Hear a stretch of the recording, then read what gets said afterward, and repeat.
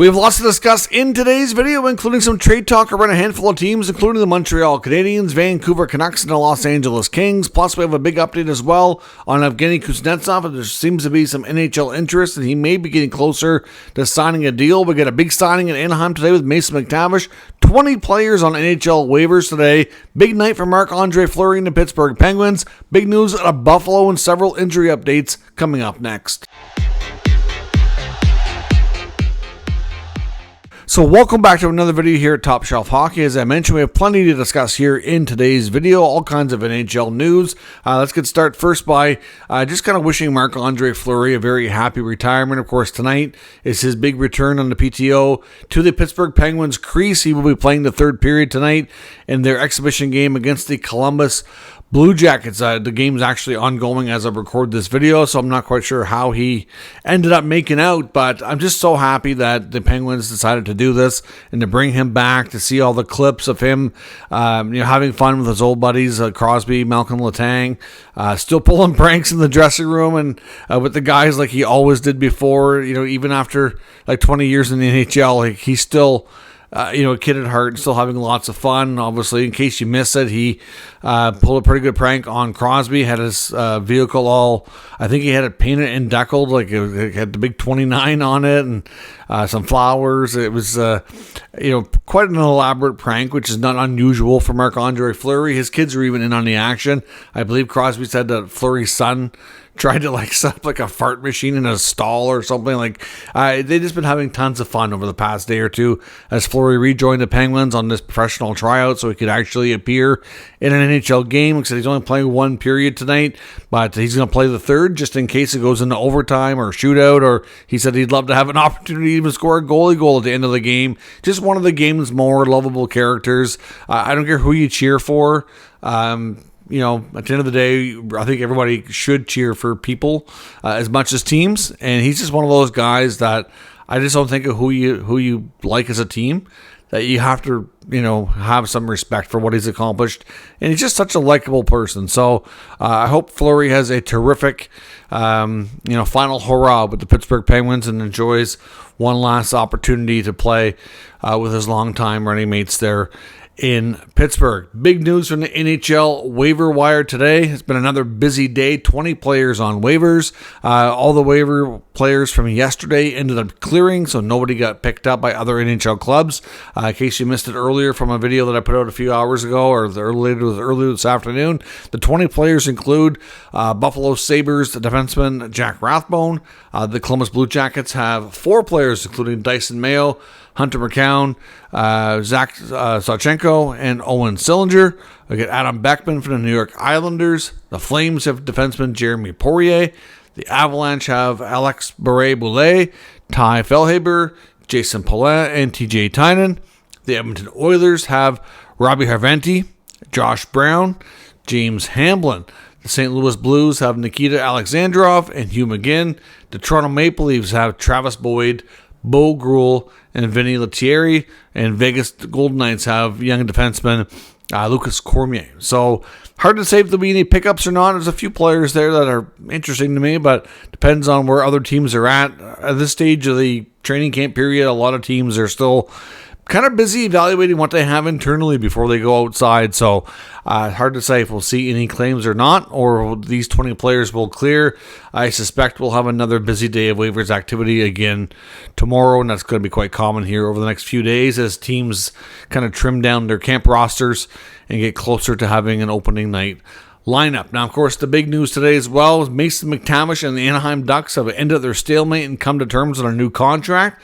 He gets a 6-year deal at $7 million per season, and that does include in years 5 and 6 a 15-team no trade clause. Now, in case you're wondering why that is, the players do have to have 7 years of pro service or be age 27 before they can qualify for any trade protection in their contracts or no move clause or anything of that nature. So it's not till year 5 that he's even eligible. That's so the final 2 years he gets a no trade to protect himself from just shy of half the league. 6 times 7, you would think that this should have been something they could have come to terms with a while back, but essentially we did hear that The Ducks were pushing for a long-term deal. They wanted 8 years. There was some speculation McTavish was more interested in a shorter deal. They kind of met in the middle on term. So I think, if Anaheim was pushing 8, there was a lot of talk. McTavish wanted like 3 or 4. So, meet in the middle on term. And the $7 million AAV is something he was pushing for on his side. So, clearly they end the stalemate with a little bit of a compromise there. But again, why did Verbeek have to take so long to cave on this? He really likes to grind on these contracts. Makes you understand why you hear some talk out of the McTavish camp or other players that have gone through this with that team, that it's a little frustrating. But at least it's done. He can go to camp now. It's a good deal. I think it'll be considered team friendly within a short time. I think McTavish is due for a big step this year. So they have a better team, new coach. They're definitely a team that's on the rise. So I would suspect we're going to see the next year or two McTavish really kind of take large strides in his production. And I can easily see him becoming a 70, 80 point player. That wouldn't be surprising in the least. We do have some more injury updates here today as well. Nothing as big as we saw with the Barkov news yesterday, but some fairly significant injury recovery periods here. The Seattle Kraken today confirmed they're going to be without Kakko for about 6 weeks with a broken hand. Kakko really found a home in Seattle after being traded for the New York Rangers, and his production increased. He kind of found a groove in his game there. So ultimately, this is kind of a real setback for him, who was expected to continue playing the way he had and really help the team kind of, break out, if you will, and do that over a more consistent full season, right? So that really hurts his ability to start the season. Obviously, 6 weeks puts him, missing about 3 to 4 weeks of the regular season, maybe a little bit more. That's just an estimate. So that's a big blow for the Kraken and for Kakko. The Maple Leafs, too, confirmed that young defenseman Marshall Refi, who had played in a few preseason games. I know he played in both of the Ottawa games. He ended up getting in, I think he was in a scrap with Jake Bathurst, if I'm not mistaken. Is going to be out long-term as well. He has a broken wrist, needs surgery. So he would have been playing for the Marlies, but still a player who could have had will have a decent role for that team. So, again, not good news for them. The Canucks are going to be without defenseman Guillaume Brisebois as well. He had required surgery for a lower body injury and is considered out indefinitely. And Anaheim Ducks forward Jansen Harkins, who was trying to fight for a spot in the fourth line, is going to miss about 8 weeks as well. So definitely some pretty serious injuries around the NHL has continued here. We did get news today out of Buffalo on multiple fronts. One, we're going to talk about their arena. The Sabres did confirm today that they've extended their lease at KeyBank Center through September 2031. So we're in 2025 now. They were within the final year of that lease, which would have expired in 2026, and they had an option to extend for 5 years, which they've done. So that's good news on that front. The organization's also in the early stages of establishing a long-term plan for that arena, which includes both the next phase of the lease and figuring out a longer-term lease again to extend beyond 2031 and completing a lot of renovations. So that's the long-term plan for the Sabres arena. They also made a bunch of roster cuts today, sent a whole bunch of players to the minors, including some of their top prospects like goaltender Devin Levi, former first-round picks Konsta Helenius and Isaac Rosen. So those guys won't be on the opening night roster. I wondered Levi, I didn't think he would because of the goaltenders they brought in, but I thought maybe with the Luukkonen injury, if that persist at all, that maybe he'd get more of a chance, but it seems like they're looking to go with some other guys here, including Alex Lyon. So the Sabres will not have any of those top young players in their lineup to start the season. At least they'll start in the American Hockey League. Now, one player as well to keep an eye on here in the coming days is veteran Evgeny Kuznetsov. Now, Kuznetsov's still out there as an unrestricted free agent. I've seen a few rumors here and there that has popped up a couple of times. Speculation he was going back to Russia and signing in the KHL.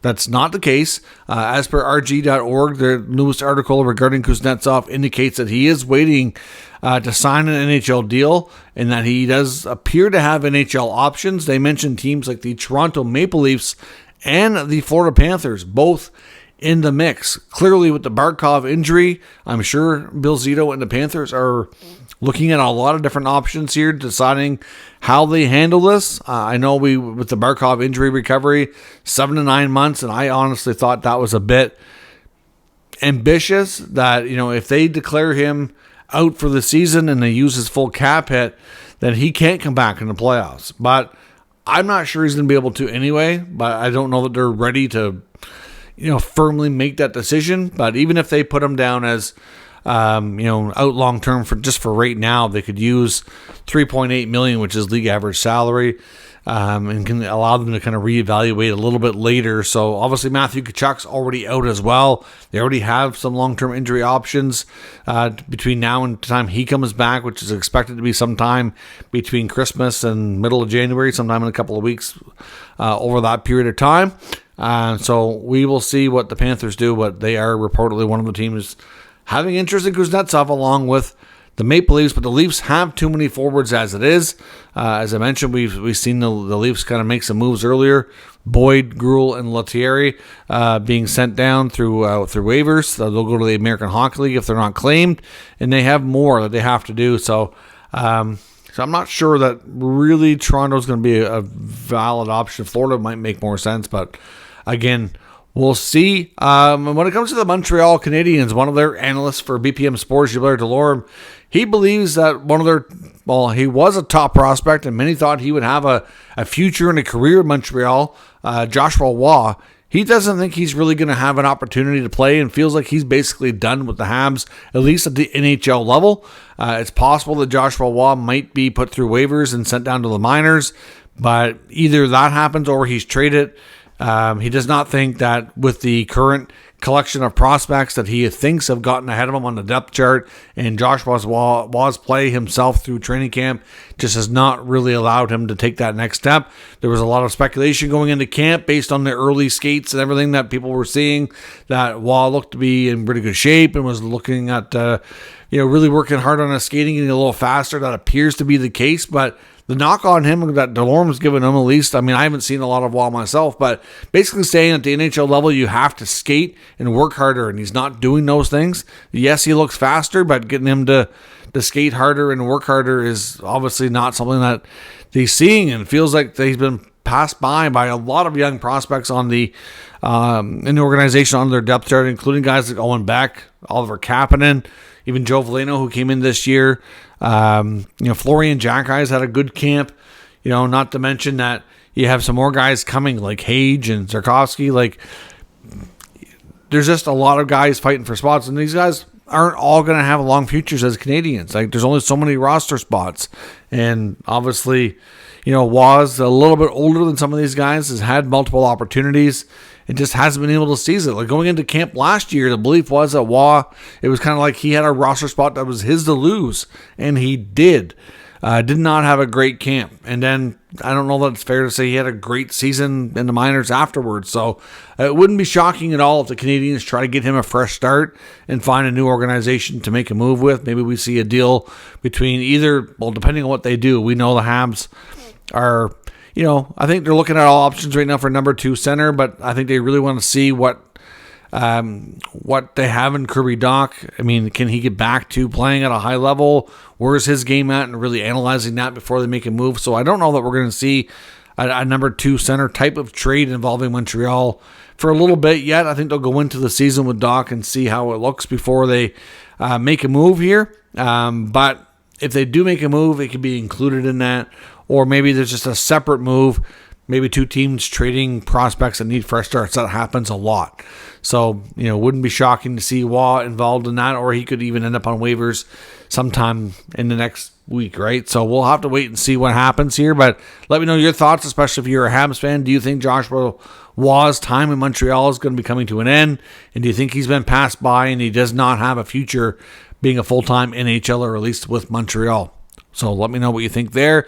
Jeff Merrick had some interesting comments on his show through Daily Faceoff the Sheet recently here in the last few days, looking at some options for the Vancouver Canucks. He mentions, of course, he was talking about all the contract extension talks between the Los Angeles Kings and Ken Holland involving Adrian Kempe. He had Holland on the show and was asking some questions, and ultimately, kind of speculating. I don't know that he had any kind of inside details here. This is more him just kind of spitballing and speculating what he thought. But he said if things don't work out for Adrian Kempe and the Los Angeles Kings to come to terms on a contract extension, he feels that he would be a terrific fit for the Vancouver Canucks. Now, I know the Kings have been a playoff team 4 years in a row, and I personally am not really a big fan of a lot of the moves that we saw Ken Holland make this offseason.